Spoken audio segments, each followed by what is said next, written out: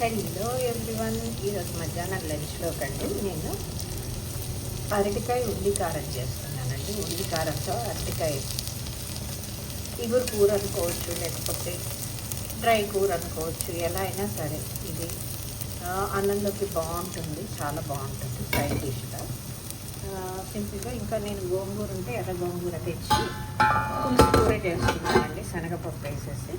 ఇంట్లో నేను కొంచెం లైట్గా మెంతిపిండి కూడా వేస్తాను.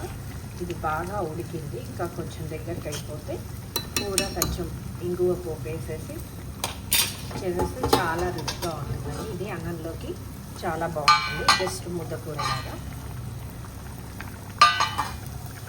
ఇదేమో అరటికాయ ఉల్లికారం మంచిగా దోరగా వేగిందండి, మరి ఎక్కడ మాడలేదు.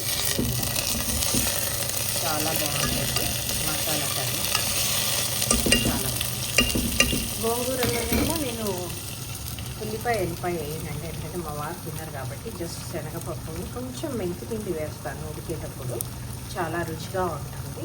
ఉప్పు కారం అంతే, తర్వాత ఇంగు పోపు వేసేస్తాను, కరివేపాకు వేసి. ఇంతకంటే ఏముండదండి, చాలా బాగుంటుంది. ఇదేనండి మా ఇంట్లో ఈరోజు డిషెస్. ఎలా ఉందో మీరు చెప్పండి. Thank you.